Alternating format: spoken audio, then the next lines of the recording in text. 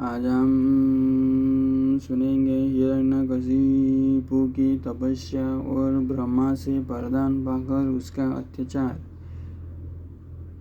नृसिंह द्वारा उसका वध और प्रहलाद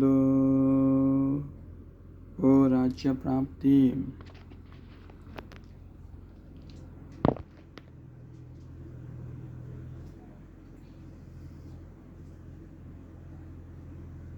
शरद कुमार जी कहते हैं, व्यास जी, इधर बड़ा रूपधारी श्री हरि के द्वारा इस प्रकार भाई के मारे जाने पर हिरण्यकशिपु शोक और क्रोध से संतप्त हो उठा। श्री हरि के साथ बैर करना तो उसे रुचता ही था, अतः उसने संहार प्रेमी और स्वरूप प्रजा का विनाश करने के लिए आज्ञा दे दी। तब हुए संहार प्रिय स्वामी की आज्ञा से सिर चढ़ाकर देवताओं और प्रजाओं का विनाश करने लगे। इस प्रकार जब दुष्ट चित्त वाले असुरों द्वारा सारा देवलोक तहस नहस कर दिया गया, तब देवता स्वर्ग को छोड़कर गुप्त रूप से भूतल पर विचरने लगे। उधर भाई की मृत्यु से दुखी हुए हिरण्यकशिपु ने भाई को जलांजलि देकर उसकी स्त्री आदि को डांट बताया।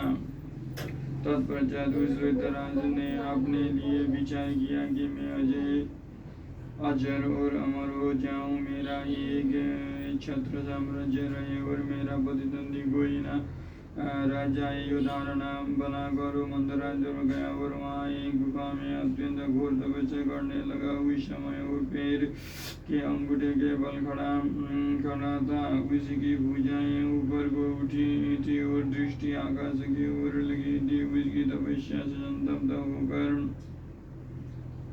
होकर देवताओं का मुख विकृत हो उठा। वो स्वर्ग को छोड़कर ब्रह्मा लोगों में जा पहुंचे और उन्होंने ब्रह्मा से उनका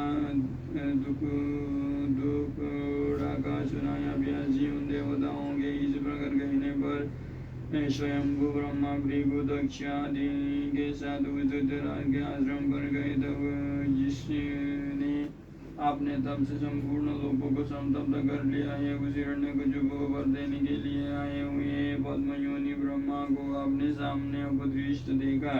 उधर पितामह ने भी उससे का वर मांगा, जिसकी बुद्धि मोहित नहीं हुई थी। उस असुर ने विधाता की उस मधुर वाणी को सुनकर इस प्रकार का हिरण्यकशिपु बोला, ऐश्वर्यशाली प्रजापति पितामह, मैं चाहता हूँ कि स्वर्ग में भूतल पर दिन में रात में ऊपर अथवा नीचे जहाँ भी शस्त्र अस्त्र पास भद्र सूक्ष्म वृक्ष पर्वत जल अग्नि के रूप में शत्रु के पहाड़ से देवता द्वैत मुनि सिद्ध किंबहुना आप द्वारा रचे हुए जीवों के हाथों मुझे कभी भी मृत्यु को भय न हो। सनत कुमार जी कहते हैं, मुनि हिरण्यकशिपु के ऐसे वचन सुनकर पद्मयोनि ब्रह्मा ने मन में दया का भाव जागृत हो गया। उन्होंने मन ही मन विष्णु को प्रणाम करके उनसे कहा,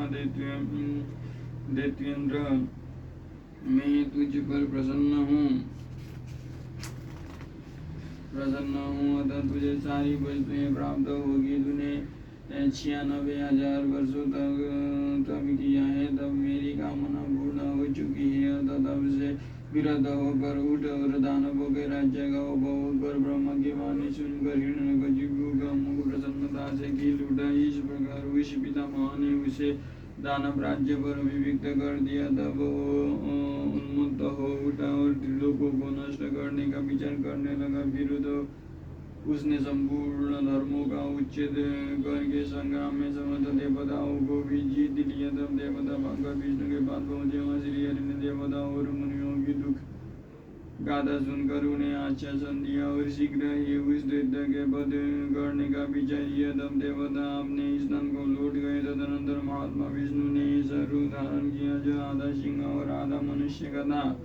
वो अत्यंत भयंकर तथा विकराल दिख रहा था। उसका मुख खूब फैला हुआ था, नासिका बड़ी सुंदर थी और नग तीखे थे, गर्दन पर जटाएं लहरा रही थी, दाढ़ें ही आयुध थी।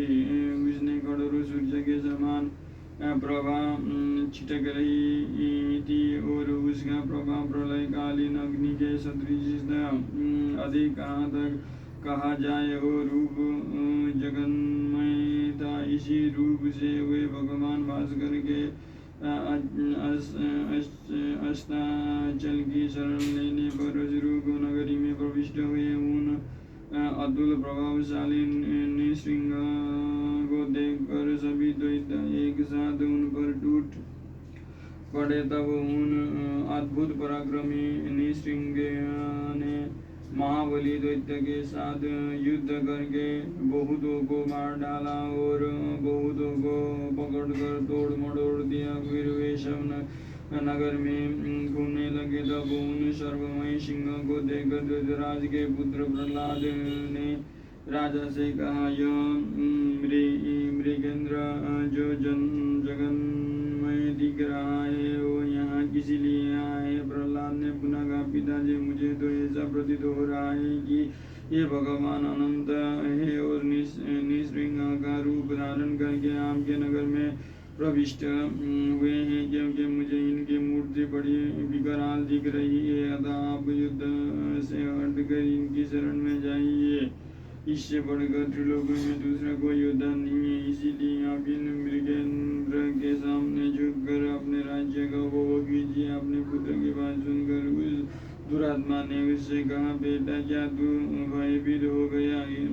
अपने पुत्र से योगी कर दैत्य के अधिपति राजा हिरण्यकशिपु ने महाबली दैत्य को आज्ञा देते हुए कहा, वीरो तुम लोग इस बेडोल भ्रुकुटी और नेत्र वाले सिंहों को पकड़ लो। तब स्वामी की आज्ञा से उन मृगेंद्र को पकड़ने की इच्छा से वे सभी बड़े बड़े दैत्य रणभूमि में घुसे, परंतु जैसे रूप की अभिलाषा से अग्नि में प्रवेश करने वाले पंक्ति के जल भून जाते हैं, उसी तरह वे सब के सब क्षण भर में ही जलकर भस्म हो गए। दैत्य के दग्ध हो जाने पर भी वो तेरा संपूर्ण सहस्र शक्ति सृष्टि पास अंकुश और पावक आदि से उन मृगेंद्र के साथ लोहा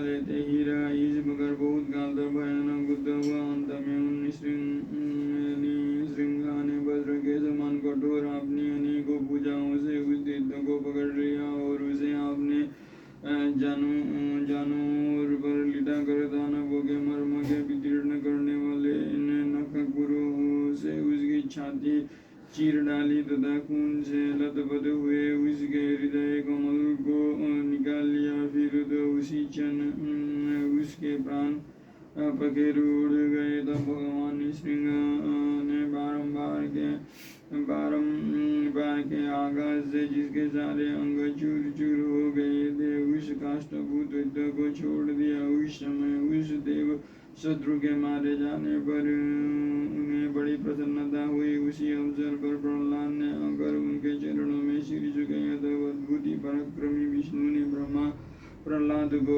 बुलाकर उन्हें दैत्य के राज्य पर अभिषिक्त कर दिया और स्वयं किंगति को प्राप्त हो गए, अर्थात ध्यान हो गए। तदनंतर पितामह आदि समस्त सुरेश्वर ब्राह्मण प्रसन्न हो अपना कार्य सिद्ध करने वाले पूजनीय भगवान विष्णु को उसी दिशा में प्रणाम करके अपने अपने धाम को चले गए। विप्रवर प्रसंग वैश्य मैंने रुद्र से अंधक की उत्पत्ति, बराह से हिरण्यक्ष की मृत्यु, सिंह के हाथों उसके भाई का विनाश और प्रहलाद की राज्य प्राप्ति का वर्णन कर दिया।